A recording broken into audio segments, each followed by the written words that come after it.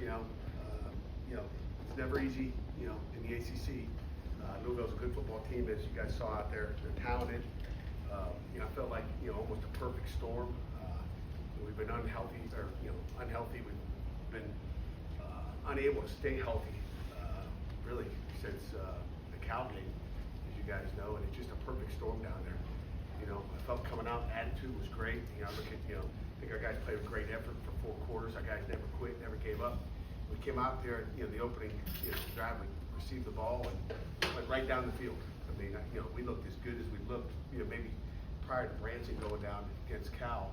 I mean, just a beautiful drive. I mean, the protection, you just watch everything. You're like, wow, this is what it's supposed to look like. And then, we got a guy wide open in the end zone. We just put a little bit more air on that. It's a touchdown. And we're starting off 7-0. And I think, it's a game of emotion and momentum. And, I think, we got a little deflated there. I flipped over to the defense and said, hey, don't worry, it's going to be a hell of a day. We got, I don't know if I told you guys after the game that, like, the first thing I said, hey, don't worry about it. We're moving the ball today. This, we got it, just the positivity. And then, we get the ball again offensively, and we move it. Then, we get a hit drop tackle, which is illegal in the NFL. It's two in 2 weeks. A week ago was a little bit more, drastic than what happened here as far as just the overall ending of it. But just a perfect storm. So, just summing up different things. Turnover ratio. You're never going to win the game when you're -3.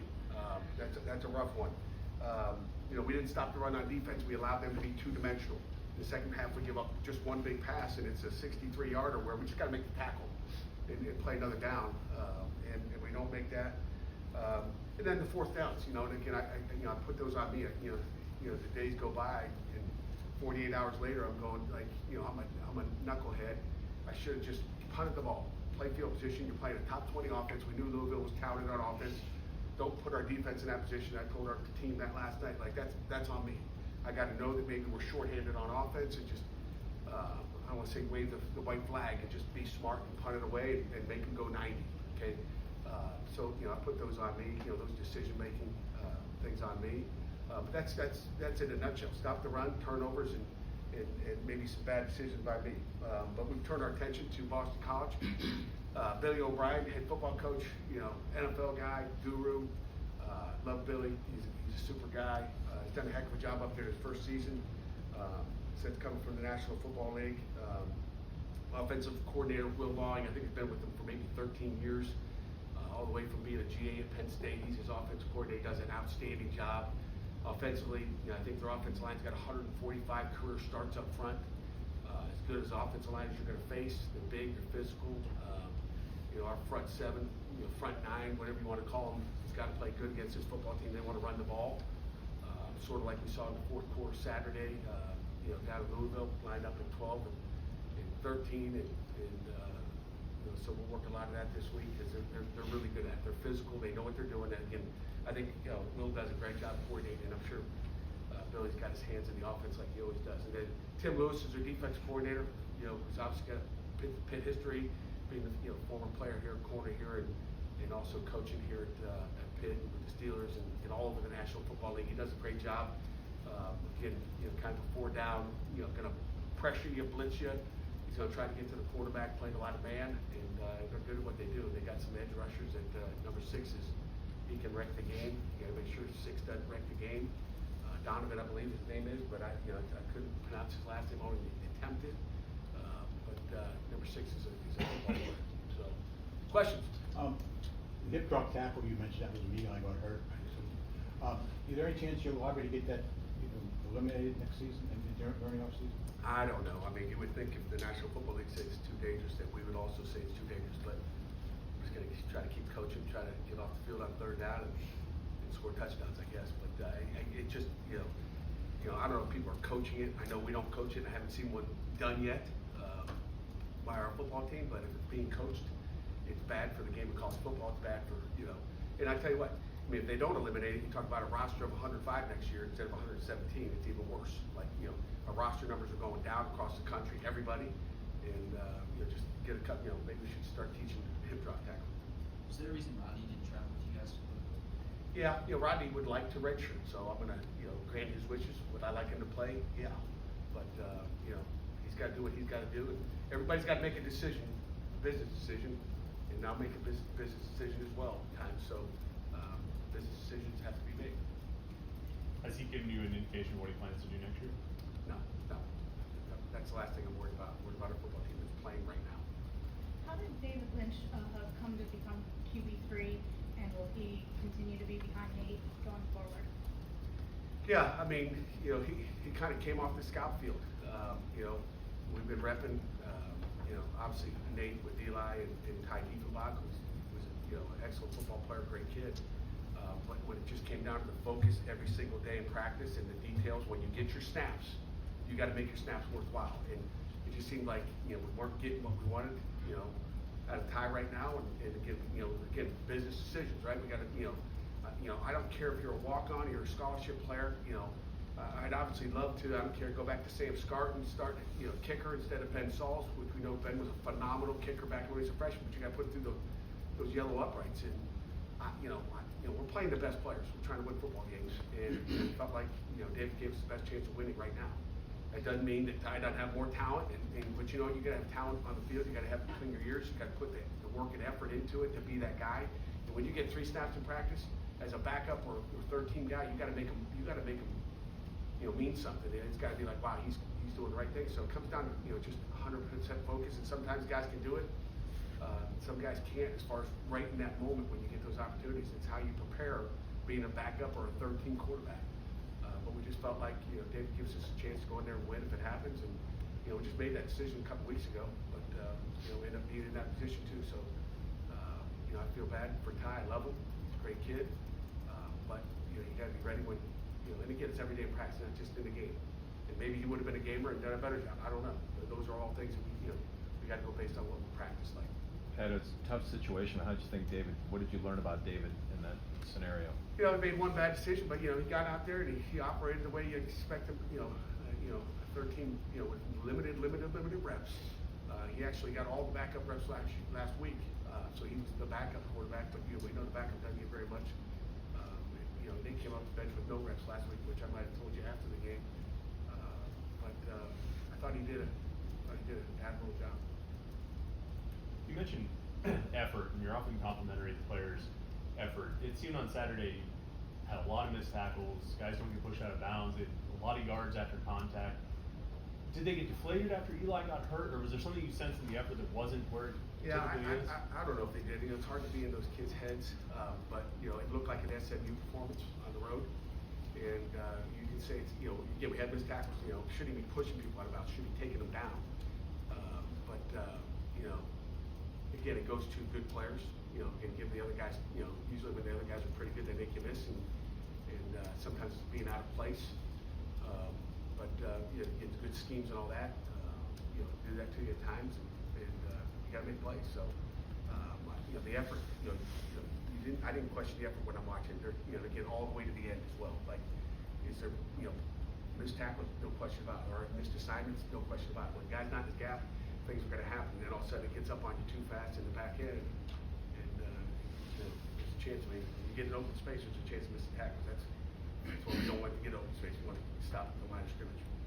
I'll try to ask this question the right way. Is Lynch now the #1 backup quarterback? Don't know yet. We'll see at the end of the week, Jerry. You know, all the national media, when I talked to my guys on Friday, the ESPN people, the CW this week we were on, they always talk about you. They must listen to you. They all know about Jerry. Like they hear about Jerry. I can confirm. I asked too many questions, sorry. No, they like you. I think. How much did you like the performance for Sean Fitzsimmons against Louisville, and also how important will he be for this program going forward? Sean Fitzsimmons, you know, again, this is what we thought Sean was going to be. You know, again, he's been bagged up and he stayed real healthy. It's the first thing I asked him after the game, hey, how's your body feel? Coach, I feel great. You know, even yesterday, the way we saw him down there. So, you know, just I'm happy for him. You know, he's playing well. But it's good when, you know, these young guys, you know, playing well. He's a young guy still. You think about how young we are still on defense based on, you know, how we started the season out. And face pretty good teams. But, you know, I'm happy with where Sean is and the way he's playing. We need to, you know, keep that up this weekend because it will be his best performance. What about Nate Temple getting on the field? Was that his first time? Yeah, Nate's first time he's been, dying to get on the field, and he's coming off. He's way ahead of schedule on the ACL. So it's a credit to Chris Hanks and our whole training staff. Rick, our PT, of getting him back. I think he had 16 snaps, which is probably more than we wanted to get on it. He just don't have any fatigue in that leg. But he was out there, he wasn't doing everything right. He's still rusty and raw. But that'll come with time. He couldn't get back. He's kind of practiced in and out, maybe for a week. I think he had maybe a week practice as far as just full game scrimmage. I think we started him off on the rocks and gave 1 or 2 plays in a row and got him out. So it was good to have Nate back. He's got a motor. He cares, and I love his attitude. See how old is he next year? He could be, yeah. I think he could get another year of eligibility. Yes. Todd Fowler got a few snaps in there. His first kind of real game action of the year. What did you saw from him? He had an opportunity to make a play, right? I mean, he had a great opportunity. What a hell of a throw by Nick Yarnell. You talk about putting it right in the bread basket. Basket was empty, and we put it right in it, and maybe we should run out with it, basket, I guess. But I thought he did a good job. But you got to make plays, right? I mean, everybody wants to play. And when you get in and the lights go on, you just got to keep your eyes on the ball and not try to think you're going to score a touchdown and start to pull away from it. Look the ball in, catch the football, and then finish after that. I think he got excited. He's a young guy. He's got a lot of talent. I hope he continues to get better and just move forward. Does BC look different with James in as opposed to Castellanos? Got different skill sets? Yeah, I mean, they're still going to run the ball. I mean, he's still, he's still going to pull the ball in the run game. Racing it, but I think it's the same offense. They didn't just switch the offense halfway through Syracuse game. I guess in his 3rd series or whatever it may be when he came in. But those are 2 athletic guys. I mean, again, James pulled it. He can run. He can scramble. I think they want to keep him healthy too. So I don't think they're going to don't do a ton of it. But last game of the season, we could see more of it. He's big. He's like 230 pounds, I think. 6'3". So he's capable, and he throws a good ball. And he obviously he's put their football team in a position to win, right? He's done a nice job since he's gotten in there. And he's been impressive. How do you try to get the team to still focus and for your last game and eventual bowl game after 4 straight losses? Yeah, okay, man. It's a game of life, right? I mean, this is a place we've been before. In fact, I think last year we had a crappy season, if I recall. We came back, and how do we do that? How do we come back on senior day and beat BC last year, last game of the season? I don't have a clue how we did it, but but we did, and that's kind of what happens. It's a game. Sometimes you play good teams. You think about like SMU and Louisville were lopsided. And again, early lopsided, and we couldn't rebound. Too good a football team to rebound. You let someone get up that big on you. But you look at Virginia, maybe we're a 5th down away from winning that game. You think about, you think about Clemson, maybe we're a spot at the goal line away from winning that football game, right? I mean, we're a damn good football team. We got talent in that room. We just got to, put it all together. Like I said, are you snake bitten or are you, perfect storm? But we just seem not be able to stay healthy, especially on the offensive side of the ball. On the offensive line, whatever it may be. Terrence getting his first start of the year at center. It's one thing after another, and you just continue to try to plug up holes. So you got to somehow get more depth in the future, and stay healthy. You got to stay healthy. I wouldn't have asked this question 4 years ago, but do you believe your guys are up for a bowl game? Hell yeah. Okay. That'd be, but I don't even talk about a bowl game. Like, I'm not worried about a bowl game. 4 weeks ago we were worried about something more important than that. You're talking about like a 9-win season, a 10-win season, whatever it may be. So hey, you're looking at 8-win season, what your goal is, and then we move on to that, right? You just play the cards, but our guys, be excited about the game. But where's it going to be? But I'm not worried about that. Like, that's the last thing on my mind. We want to finish this season, the regular season, at least off with a win. How important is it to get a win at Boston College, especially thinking about the portal and player retention? that's gonna happen either way. You're gonna have to deal with the portal. Not really worried about it. I think our guys in here are pretty happy. The ones that aren't, hey, we feel pretty good about that. Has anyone come to you already and said, Coach, Absolutely not. No. Anthony Johnson got hurt in that first game. I don't know if he's even been on the sideline. Yeah, I'm glad you brought it up. Anthony, you've seen Anthony on the sideline. Anthony Johnson, again, I don't know if he's out for the year. I guess he is. Probably should have mentioned a long time ago. He really didn't get hurt in the first game. He got hurt in practice on a Wednesday. It was the weirdest thing. We didn't know what it was. But I asked him. He really didn't want me to talk about it. He wanted to go out for senior day. So, he had something with his back, and he's getting better now. Thank God. A little scary at first, but so he's back moving around pretty good. I don't think he has a walker anymore.